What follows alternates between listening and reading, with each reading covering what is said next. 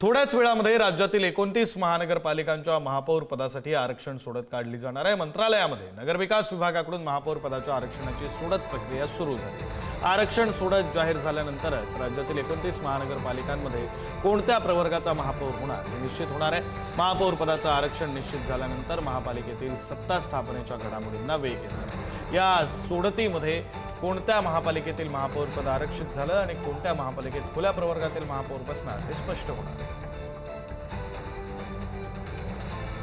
आपले प्रतिनिधी सुशांत सावंत आपल्यासोबत जोडले गेलेले आहेत। अधिकचे तपशील त्यांच्याकडून घेऊया। सुशांत,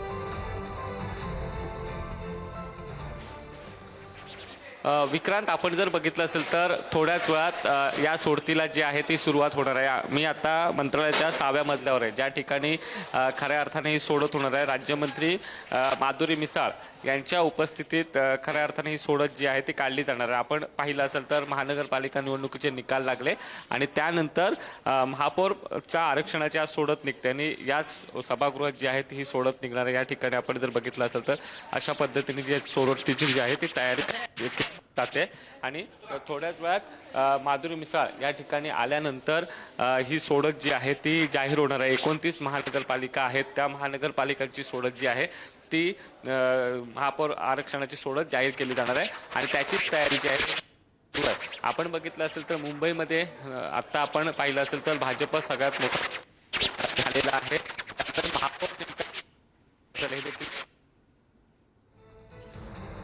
धन्यवाद सुशांत दिलेल्या या सगळ्या माहितीसाठी।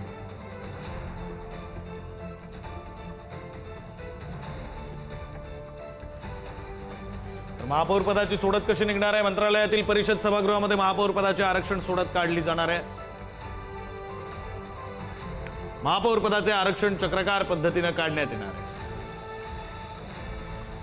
तर या आधीचं संबंधित महापालिकेचं आरक्षण बाजूला ठेवण्यात येईल।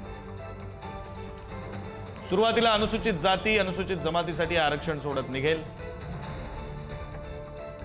त्यानंतर नागरिकांचा मागास प्रवर्गासाठी आरक्षण सोडत काढली जाईल। यात महिलांसाठी 50% इतका आरक्षण असेल।